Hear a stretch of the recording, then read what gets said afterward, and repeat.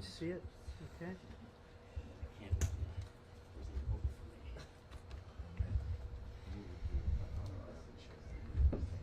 Yeah, she might be able to, but just to know, yeah.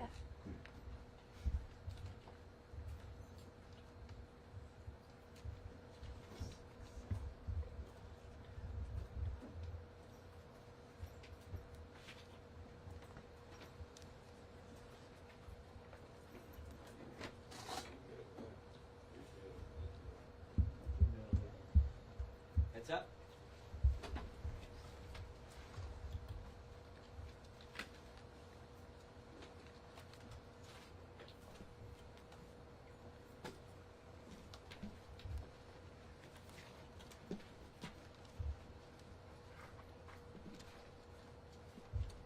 All right, thank you for joining us.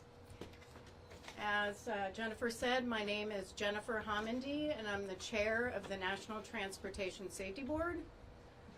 With me today is Rob Hall. He is the director of our Office of Rail, Pipelines, and Hazardous Materials Investigations. I want to start with addressing the people of East Palestine. I am so sorry for the traumatic event that you're going through. It's devastating. Over the course of my career, and I've handled rail and pipeline and hazmat for well over 25 years, both Rob and I have sat with communities, with residents after devastating rail, pipeline, hazardous materials releases. We've talked to community members who are suffering health effects, have pets who've died, have damage to businesses and homes. But I can tell you this much, this was 100% preventable. We call things accidents. There is no accident. Every single event that we investigate is preventable. So our hearts are with you. Know that the NTSB has one goal, and that is safety and ensuring that this never happens again. So with that, the NTSB has been on the ground since day one. We completed our investigative work on scene, our on-scene work, yesterday. But we still have a lot of work to do as part of this investigation. So today, I'm announcing that the NTSB will hold a rare investigative field hearing this spring in East Palestine. We don't have investigative hearings often. It is rare. But we will question invited witnesses. Now our goals, we have 4 goals for conducting a investigative field hearing. Number 1, inform the public. Number 2, collect factual information from witnesses. Number 3, discuss possible solutions. And number 4, build consensus for change. As you know, we also released this morning our preliminary report on the derailment. The report does not contain a probable cause that comes at the end of the investigation. It contains only factual information collected during the on-scene portion of this investigation. What I want to focus on today is what we know so far. I want to talk about our investigative process, and then I want to share some information generally about rail safety. We know for a fact that this derailment occurred at car number 23. This train had 3 locomotives, 2 at the head end. The lead locomotive had 3 crew members, including 1 trainee. The third locomotive was between rail cars 109 and 110. There were also 149 rail cars on the train. Car number 23 was a hopper car, which carried plastic pellets. It was the combination of the hot axle and the plastic pellets which started the initial fire. Now the train passed 3 wayside defect detectors which identify overheated bearings and provide an audible warning to train crews. At each detector, the recorded temperature of the bearing increased from 38 degrees Fahrenheit above the ambient temperature, which at the time was 10 degrees Fahrenheit, to 103 degrees above ambient just 10 miles later. Both of those temperatures are considered by Norfolk Southern to be non-critical. The critical threshold per Norfolk Southern is above 200 degrees ambient. Upon passing the 3rd detector with a temperature of 253 degrees above ambient, that's critical, 253 degrees above ambient, a critical audible alarm message sounded, instructing the crew to slow and stop the train to inspect the hot axle, and if warranted, to set car number 23 out. Now, NTSB investigators at this time have not identified any operational issues with the wayside defect detectors, but we're still looking at them. There's also no evidence of track defects. The engineer at the time was following another train and was already in dynamic braking to slow behind the train. So he increased the brake application to further slow and stop the train, meaning he responded immediately. We have no evidence that the crew did anything wrong. And during this deceleration, the wheel bearing failed. Car number 23 derailed, and the train initiated an emergency brake application and came to a stop. So the emergency brake application was triggered by the derail. Now in total, 38 cars derailed, and a fire ensued which damaged an additional 12 cars. On February 5th, responders mitigated the fire, but five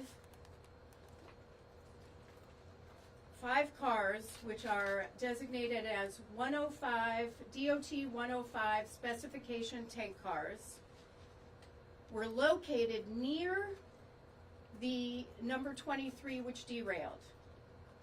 So we had the 5 vinyl chloride cars. 4 of them were at 26, 27, 28, and 29, and the 5th one was at 53. They were carrying well over 115,000 gallons of vinyl chloride. Now that continued to concern authorities because the temperature inside one of the tank cars was increasing, which could result in a catastrophic explosion. The critical point is 180 degrees, and at the time, one of the cars was reading 140 degrees. As you know, the responders then scheduled a controlled venting of the 5 vinyl chloride tank cars to release and burn the vinyl chloride. The NTSB had no role in the decision-making or carrying out of the vent and burn. And I want to repeat that. We are not part of the decision-making or the carrying out of the vent and burn. The Federal Railroad Administration has guidance for how to conduct vent and burns. So as part of our investigation, we will evaluate whether the vent and burn was carried out according to that guidance and whether that guidance needs to be updated. With respect to the tank cars, transporting the hazmat, the train consist, that's the list of what's included in the train by car, included 20 hazmat tank cars transporting combustible liquids, mostly lubricants and cooking oil, flammable gas, and the vinyl chloride. 17 of those 20 tank cars were fully loaded. 3 were residue cars. All of those cars were placarded, though the placards were plastic and melted. Aluminum also melts. So we are looking at that situation and we'll determine whether we recommend something else that could protect placards. Placards are there to tell emergency responders what is on a tank car and what the dangers are to themselves and to others. They are critical in response and in protecting the community. Yesterday, our investigators conducted a detailed damage assessment of the tank cars, including identifying and measuring breaching damages, noting where entire lading was lost, the condition of pressure relief devices, and other service equipment, underframes, and welded attachments. They also secured the top fittings on the vinyl chloride tank cars, including the pressure relief devices, and we're sending those to Texas to be tested. The wheel bearing from car number 23 has also been collected, and that will come to NTSB headquarters. We have a recorder laboratory, and we also have a materials laboratory that will come to our materials laboratory. So here's what we're focused on in this investigation: the wheel set and the bearing. Roller bearings typically last the life of a wheel set, but they do have a finite life, typically between 100,000 and 300,000 miles. There are a number of causes for overheated roller bearings.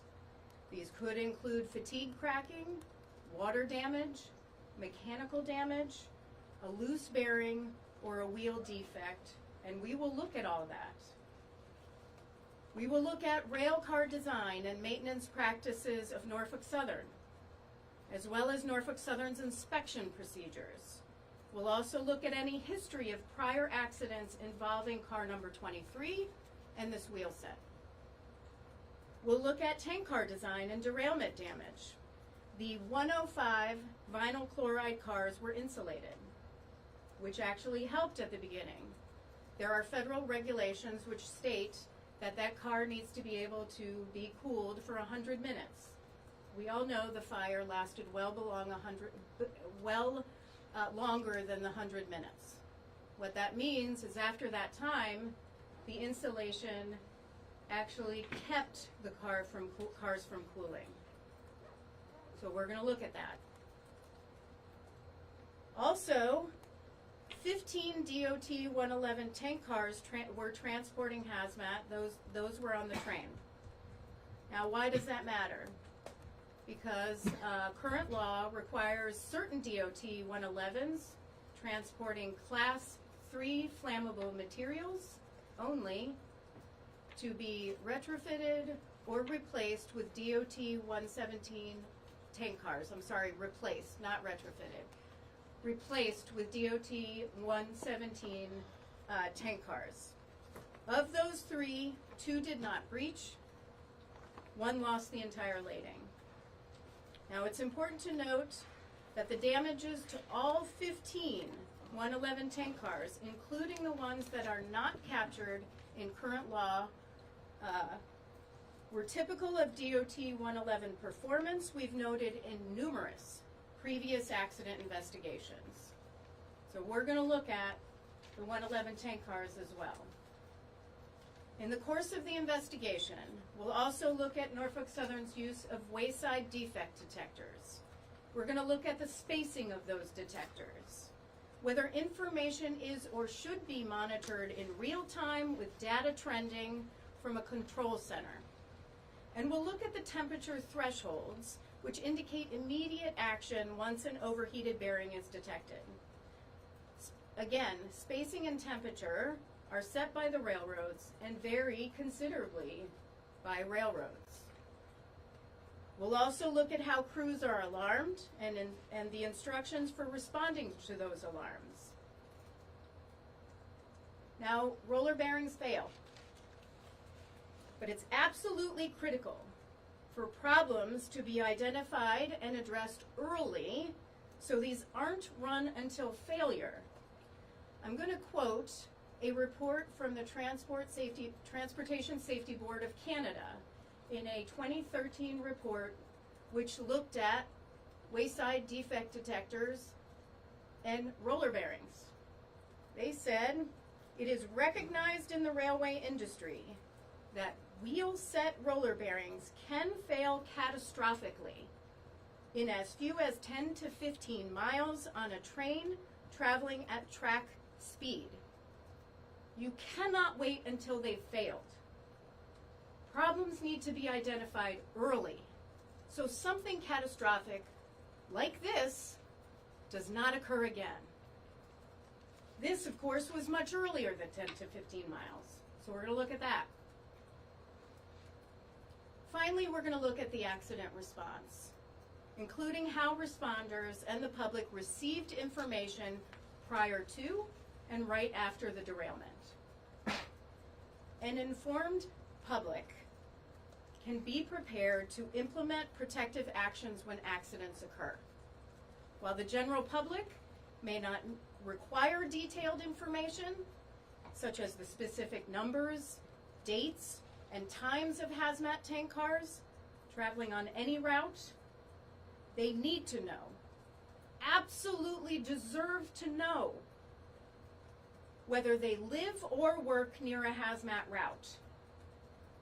They also need to be aware of the hazards associated with releases, what railroads will do to prevent accidents and mitigate consequences, how to recognize and respond to an emergency, what protective action to take in the event of a hazmat release, and how to contact railroads and federal authorities regarding specific concerns, and that should also include state authorities. Now, we've issued a number of recommendations, rail safety recommendations. These are recommendations to improve rail safety following tragedies. Some of these recommendations go toward urging railroads to work with communities on the emergency planning, on routing, what should be routed and not routed through communities, and what information the general public and emergency responders need and deserve. So now I'm going to move into what is the NTSB's process.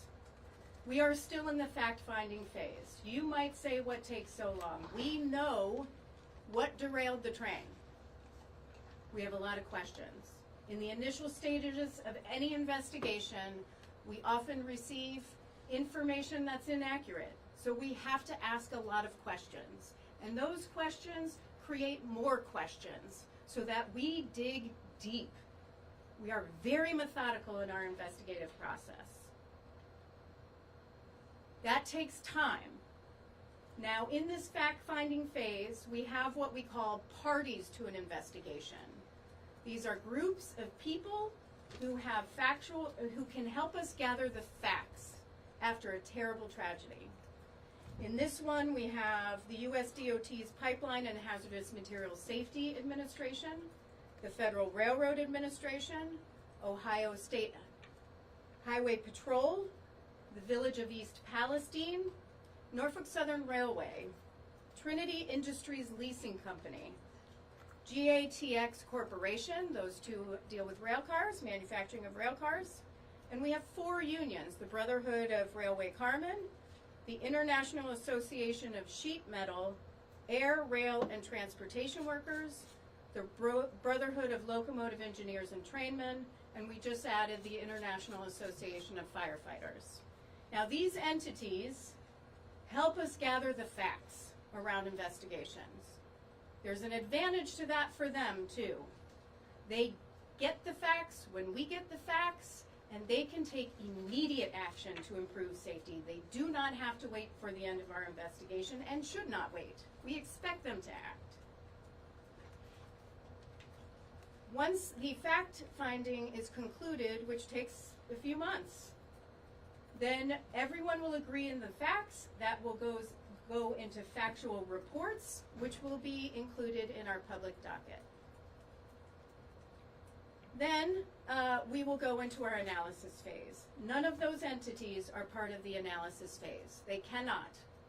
The NTSB is an independent federal entity, and we need to remain independent. So we conduct the analysis of those facts, and we issue safety recommendations in a final report, as well as findings, the probable cause or causes, because there could be contributing causes.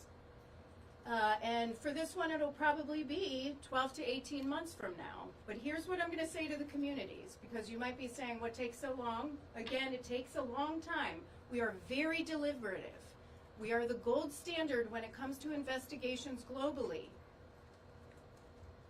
And we are methodical in our approach. But if we see a safety issue that we need addressed immediately, something systemic, we will not hesitate to issue an urgent safety recommendation. We did that just a few months ago, and FAA acted on that immediately, so that process works. And we will not hesitate to do it again, especially in this one. So with that, there is a lot more work to do.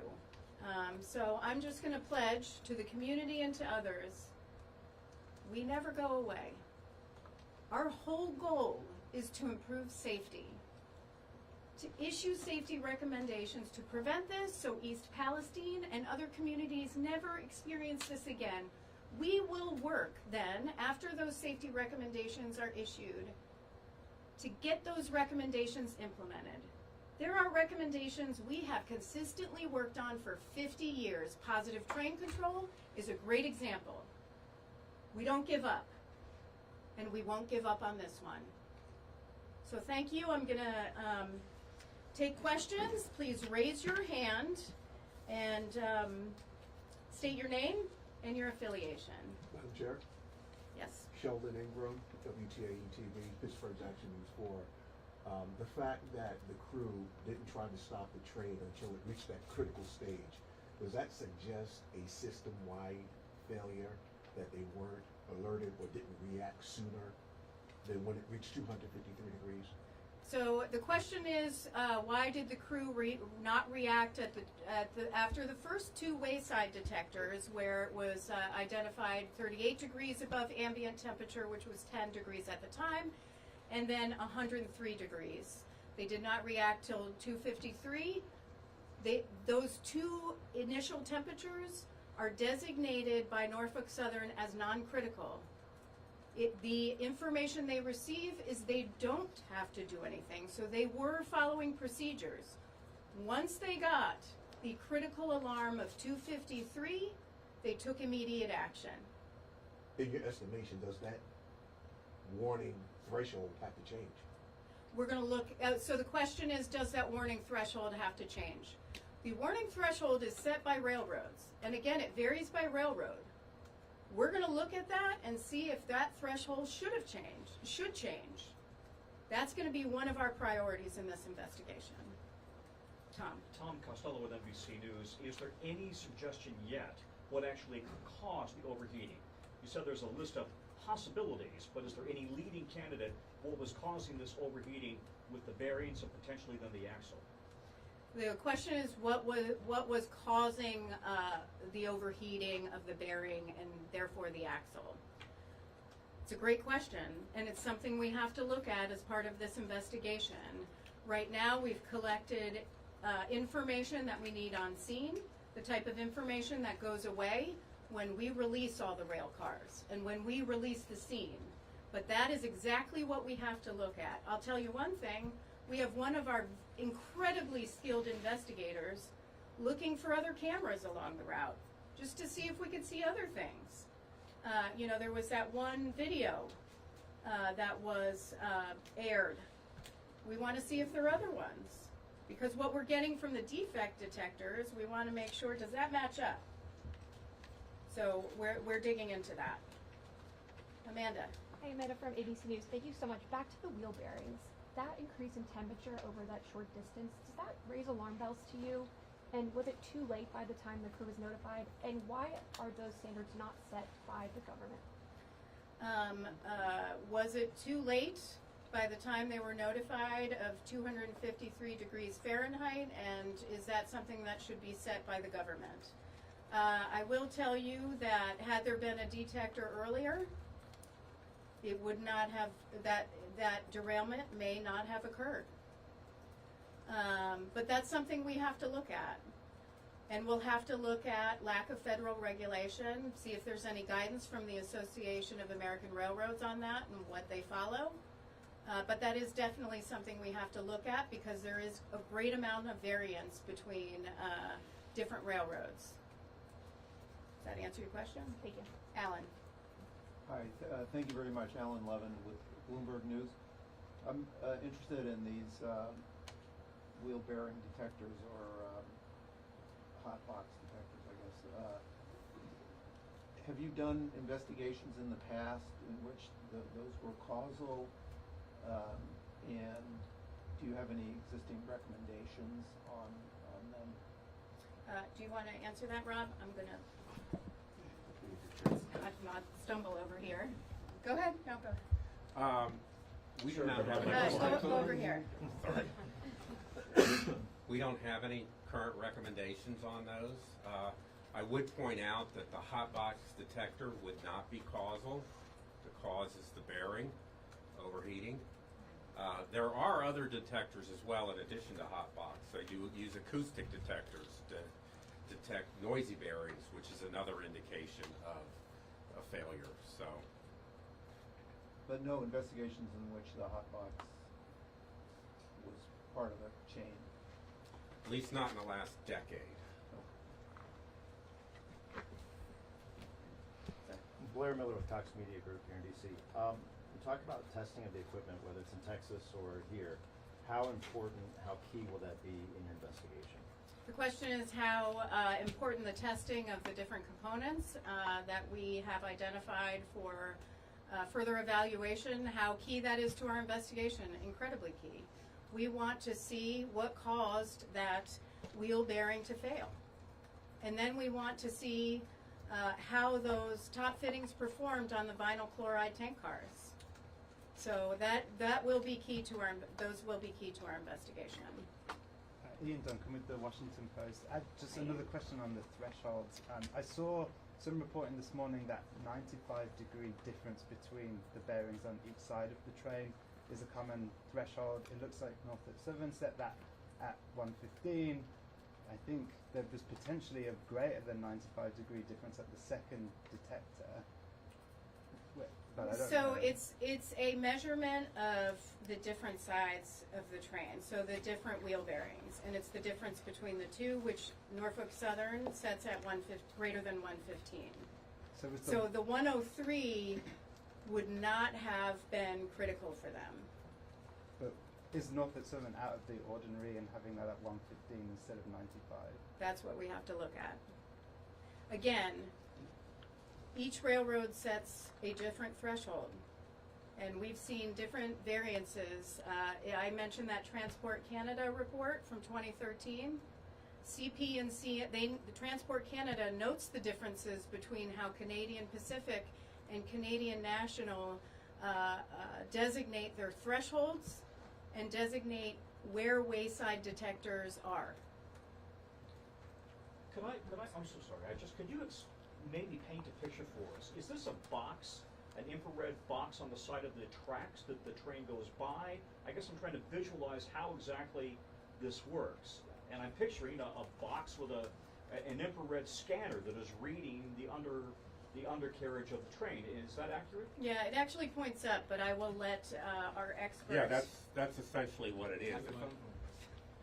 That's essentially what it is. In this case, it was down on the ground, pointing up. The train goes over the top of it. Over the The top of sensor. it. Okay. In some of these wayside detectors, not here, they're actually a shed that the train drives through, which protects everything from the elements. But there are a number of different types of detectors. Again, it's something that's not regulated. And is it using an infrared beam, or help me make sure we're using the right language here? That's my understanding, is that it's infrared based. Yes, and we'll go over here. Sorry, Zach Budrick, The Hills. Thanks for doing this. Can you speak to whether or not there's been any determination, whether you can say at this point whether there was any wrongdoing on Norfolk Southern's part? The question is, was there any wrongdoing on Norfolk Southern's part? We'll have to evaluate that during our analysis. Once we have all the facts, we will look at the analysis. I think we will do our own analysis. The advantage to having the Federal Railroad Administration and the Pipeline and Hazardous Materials Safety Administration as parties to our investigation is they have enforcement authority. They are getting the factual information when we are getting the factual information, so they can take action on enforcement. They'll know. Tony Snyder with Politico. It seems from your report and what you said here that the engineer braked and then the automatic emergency braking kicked in, and then they got out and visually saw that the train had derailed and that there was a fire. Was there no other way for them to be alerted that the train had derailed and that there was a fire, which seemed to have happened before they got out of the train? So the question is on the sequence of events. Once the train crew was alerted to the high temperature, they get an alert in the locomotive cab. In this situation, they were already in braking mode because of a train in front of them. So they began to slow the train and stop the train, but then the derailment occurred, and that engaged the emergency brake application. The notification comes directly to the cab of the locomotive and tells them.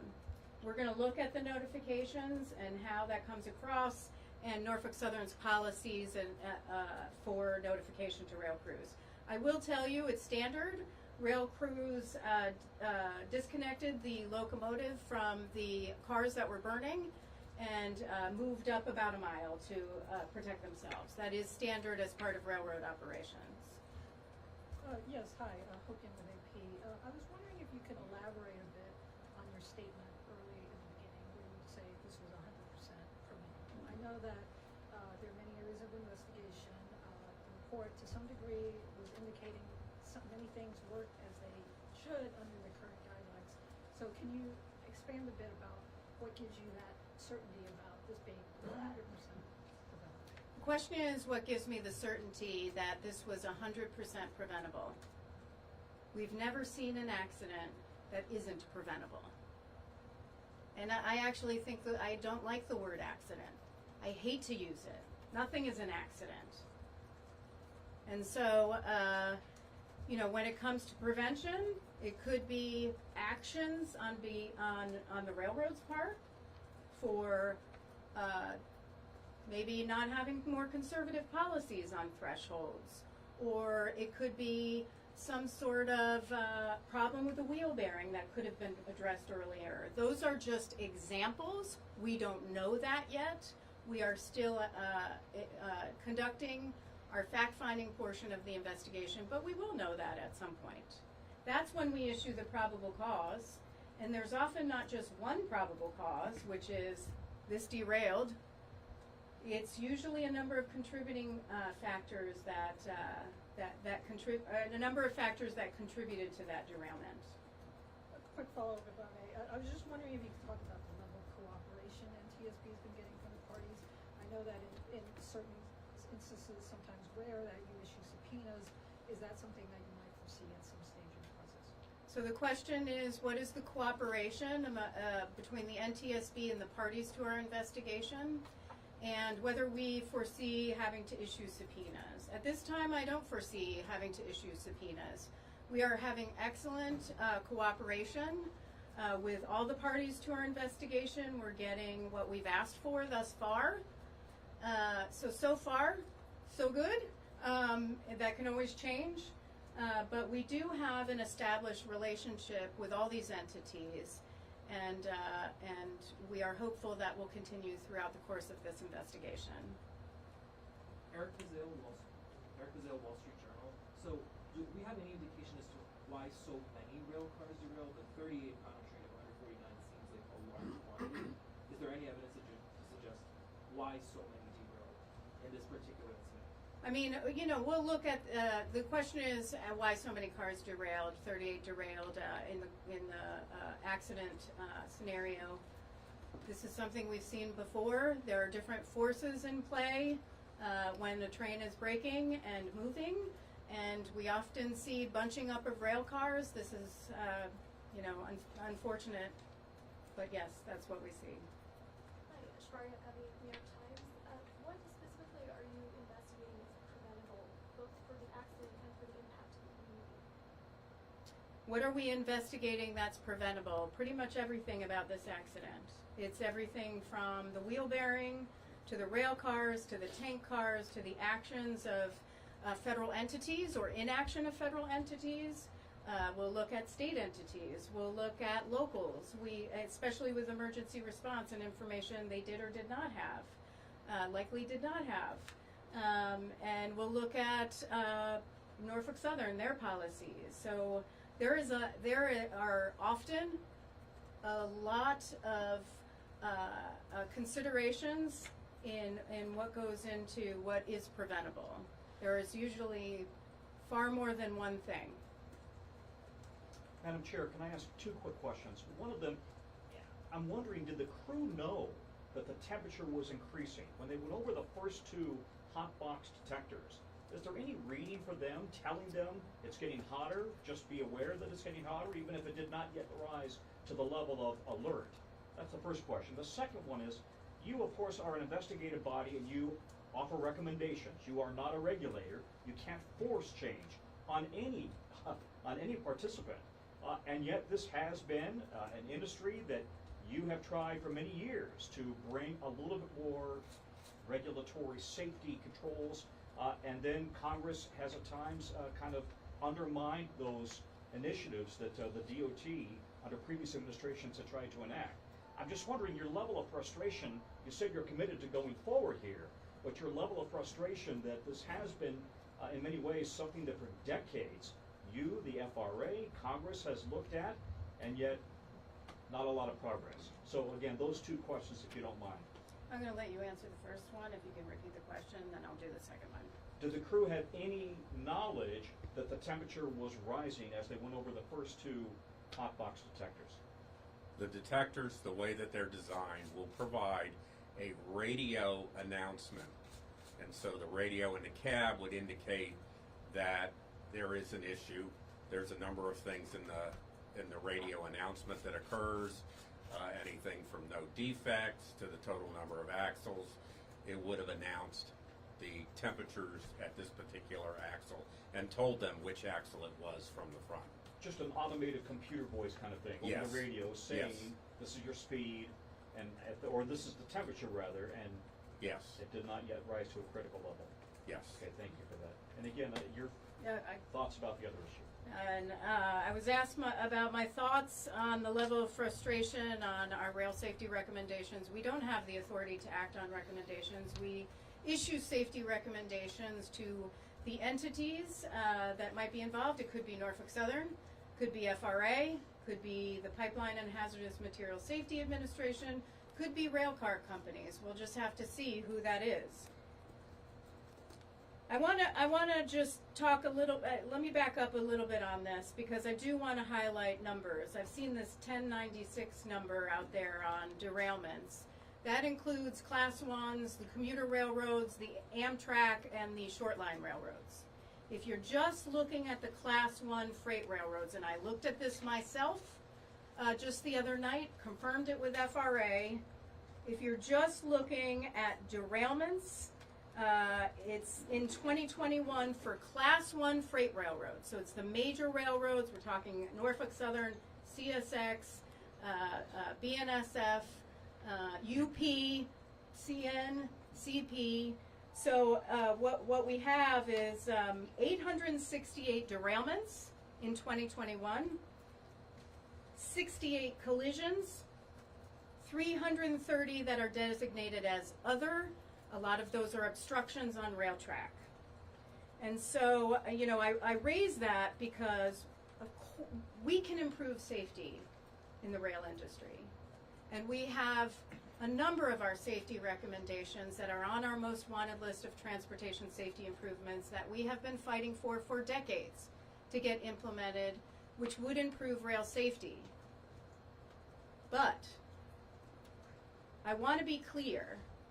We have to make sure that what we're proposing as the NTSB is specific to this accident. That's our job. Our job is to determine how this happened and to issue safety recommendations to prevent this one from happening again. That's why I got so frustrated and tweeted. Nobody tweets for me, I tweet my own tweets. That's why I got so frustrated and tweeted, because there's a lot of misinformation on what would have prevented this, and I'm happy to go through some of those. This is a community that has been devastated. They deserve to know what happened, how to prevent it from happening again. They deserve to have the right solutions. Often during our investigations, everyone is guessing. I saw it all over media, which was driving me nuts. And those solutions, all of the ones I heard of are not the solutions. And so we'll do a little evaluation to prove that they're not. But I get frustrated because what happens is everybody jumps to those solutions, and then when we issue our final report, we get ignored. That is frustrating. So when we issue our final recommendations, I want Norfolk Southern to act if they get one. I want FRA and PHMSA to act if they get some. I want others to. We need action on what would prevent that from happening again. That is our goal. Yeah, James with Fox. I just want to get an understanding of the timeline in terms of the toxic chemical release. Was the NTSB notified immediately afterwards, or when exactly was NTSB notified that there was potentially this mild chloride release? And do we have an exact time of understanding of when that became apparent to the first responders also coming on scene? Because that's what has not been shown in the preliminary report. The question is, when were we notified of the derailment? I am going to let Rob answer this question, but I'm going to start with, we do have a response operations center that works 24/7. Dedicated professionals that are monitoring social media. They have television screens. They get input from the National Response Center, which is where the railroads and others are supposed to report any type of tragedy. But for this one, I will let Rob address the specific question. And specifically at the moment where the toxic chemicals released, when were you notified and the community as well? So our notification would be the notification with the accident. There is, the Coast Guard operates a National Response Center, which you can think of as a 911 for the country. All the railroads have to report to these accidents to that Coast Guard Center, who then reports that to our own Response Operations Center. And through that we get the notification. In this particular case, I think it was about an hour for the notification.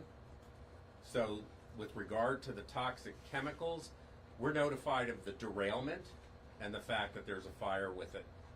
I mean, that's the extent of the notification to us.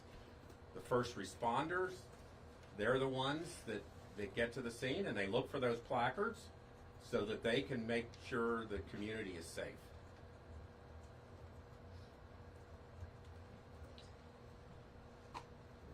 Tony Snyder again with Politico. Can you say a little bit more about the polymerization of the vinyl chloride that was happening inside one of the rail cars, and why that was happening in one rail car, not the others? What was going on with the integrity of the car itself to make that happen?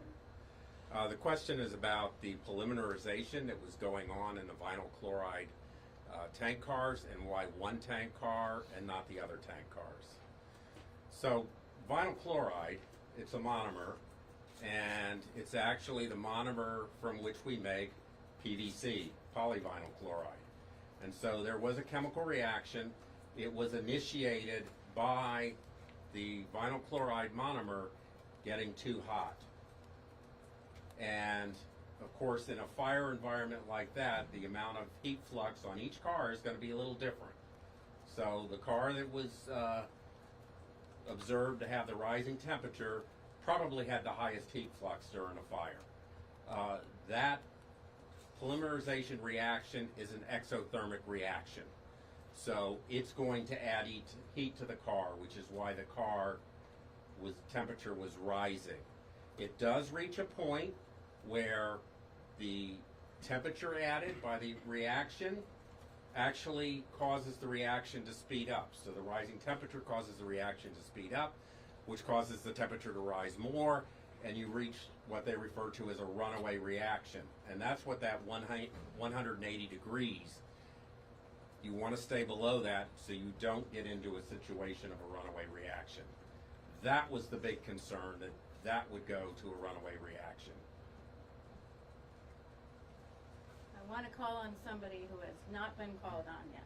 Hi, Brian McGill, Wall Street Journal. I want to talk about the plastic pellets that caught fire with hot axle. Did that happen before the derailment or after you had no derailment? No, the question is, when did the plastic pellets, when was the fire initiated with the plastic pellets? That was after the derailment. You know which axle it was on 23? Front or? Front or which axle? Go ahead.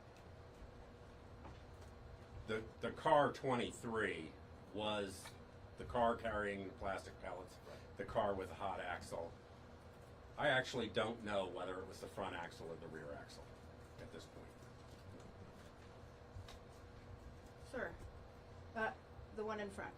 Yes. Hi, Rashad Hudson, Nexstar Media. Can you speak a little bit more about the rare investigative field hearing you plan to hold? What do you plan to learn, and will you make sure that Norfolk Southern is there to hear concerns from community members? Yeah, so the rare investigative field hearing I mentioned, our investigative field hearing, we do not conduct those on every investigation. It is very rare. I think the last one was a Southwest Airlines investigation that investigative hearing that we held a few years ago. The investigative hearings are different from a town hall. Investigative hearings are invited witnesses so we can get facts and we can talk about possible solutions surrounding what occurred, why it occurred, how it occurred, and what would prevent it from reoccurring. And so we will invite Norfolk Southern. Part of your question was, will we invite Norfolk Southern? I'm sure we will invite Norfolk Southern as part of that panel. What happens in those investigative hearings is each of the board members will ask questions of the panelists. Possibly a few staffers might also ask questions of the panelists, so we can really dig into the information to identify what occurred here. And go here and then to Alan. Kyle Mazza from UNF News. Former President Trump visited East Palestine and decried the Biden administration, your federal government response. What's your reaction to him saying that and decrying the Biden administration, Transportation Secretary Pete Buttigieg for not visiting too soon, in his words? What do you say to the former president, since he's not in government now and you're there? Yeah, so this is what I'm going to say. Enough with the politics on this. Enough with the politics. I don't understand why this has gotten so political. This is a community that is suffering. This is not about politics. This is about addressing their needs, their concerns. That's what this should be about. So I don't care about the politics. What I care about is caring for them. What I care about is figuring out how this happened. And what I care about, and the NTSB cares about, is getting to what would prevent this from reoccurring. Safety is the only thing we care about. Politics is left at the door. Politics is not part of our investigative process. Our credibility rests on us carrying out an objective, thorough investigation, and that's what we'll do here. Thank you for the question. Thank you. Sir. Yes, hi, thank you. Brett Wallace with CNN. Imagine there's trains of this length, composition, with these type of contents traveling into communities around the country every day. Are you concerned about that, nervous about that? What are your thoughts on that? Well, I do have some data on the train length and weight. For this one, the train was 9,309 feet long and 17,977 tons in weight. The question is, am I concerned about that? I'm concerned about any train that transports a hazardous material or could negatively impact a community. Just like I'm concerned about other modes of transportation. This is why the NTSB exists, so that we can get to zero in all modes of transportation to improve safety over time. I think we've been part of that, but we also have a long way to go, and we'll continue on in those efforts. So I'm always nervous, of course, and I care for we all care for the communities because we work with them afterwards, but you know, we need to make sure that after these tragedies, because I go back to our recommendations and something Tom asked about, it is frustrating when our recommendations don't get implemented, and I tell you, it's particularly frustrating for our investigators when they go to another accident scene and say, I saw this on this one. Why wasn't it addressed? Sometimes our recommendations are not implemented. That is frustrating. If they were, those numbers I read you would be much lower. 2 more questions? Can I ask a follow-up then? Go for it. Thank you. On the braking specifically, the report mentioned that the brake application puts on some heat. Are you at all concerned that the brake application, whether it was over a distance or immediately then, may have increased the temperature and led to the overheating axle superheating? I'm going to allow you to answer. The braking that occurred prior to the critical alarm was dynamic braking. That's using the motors in the locomotive as generators to slow the train. That would not have added heat to the axle.